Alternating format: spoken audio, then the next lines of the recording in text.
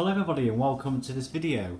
Hope you're all having a very happy Halloween, and I just sort of wanted to make this to have a bit of an overview of what I bought at my first ever wargaming show in Leeds called Fiasco. So where this was, I don't know if you know Leeds at all, but where the Royal Armouries was, they have an event hall just opposite. So it was in there. It was £2 a ticket for me, but it would be £5 if you're over 18.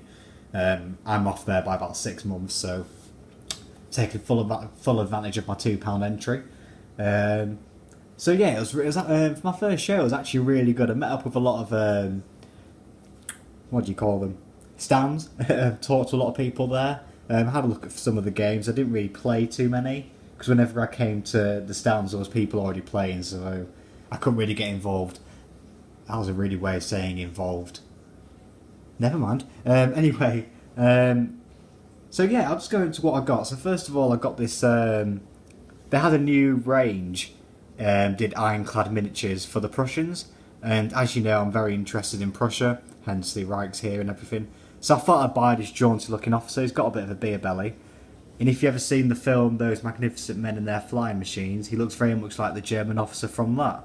So I'll paint it like that, and if I can ever find a plane that looks like an early 1910s plane, I would gladly build a little diorama. So I just thought it looked quite cool, so I bought him. He was only £150. This guy, I don't know why I bought him, to be honest with you, but we just got to the end of the show and I had a bit of money to, I was burning a hole in my pocket. So I saw this and I thought I'd just buy him, and to be honest with you, he looks like a bit of a dwarf rather than a Highlander. If you ever had a fantasy dwarf army, this would be a nice little standard bearer for that. But yeah, I bought him. Then this little guy, again, only £1.50. It's George Orwell, so of course if you know 1984 or Spanish Diaries, I think it was, or even Animal Farm, this is the guy that wrote that. So I'm thinking of putting him in very British Civil War, so when I finally come around to doing a socialist force, he could be a kind of officer or something, because obviously he fought in the Spanish Civil War for the socialists. So I think Von Kottingen might like that. He does Spanish Civil War. Yeah, I went to the Warlord game stand and bloody hell, knocked my stand and bear over. Bought Oswald Mosley. He's the one sort of raising his fist a little bit. Oh, that you can see. Hang on, I'll try move them down a tad. That's not working. There you go. Obviously you'll see him painted. So he was the leader of the British Union of Fascists, an all-round nasty piece of work. I'm not too big a fan of the Warlord games BUF. I mean, I will use them as militia, so I am planning on getting some squads of them. But I much prefer the futsal ones with all the equipment. But with the baseball bats and everything, the truncheons, they could make a nice little militia squad. But he's quite cool. Also, I don't know if you can see there, but the armband is already inscribed on, so it saves me having to paint it. There you go. You can just see there. So there you go. That's quite cool. Right, I also got these bases here. These 10 resin bases, and that was mainly to go alongside this item I bought from eBay, which was a Death Corps of Krieg commander who I'm going to use for the Reichs here, just because he essentially looks like Kaiser Wilhelm II, and I thought that was amazing. So I bought him off eBay from a Polish guy actually. I'm off to Poland in February actually, which should be cool. Off to Krakow. Apologies for the dirty fingernail. It's Halloween and I've been having pizza. Sorry about that. I should have checked it really. I look a bit minging. But there we go. He's a really cool figure. I've always thought this is one of the coolest figures that Forge World has done. But it's 37 quid for the command squad, and I don't really want to use the other Death Corps of Krieg stuff because it's very kind of French looking. Of course, it's called Death Corps of Krieg, German for war. But ultimately, the great coats are very much French in design. So we don't want French in the German army, that's for sure.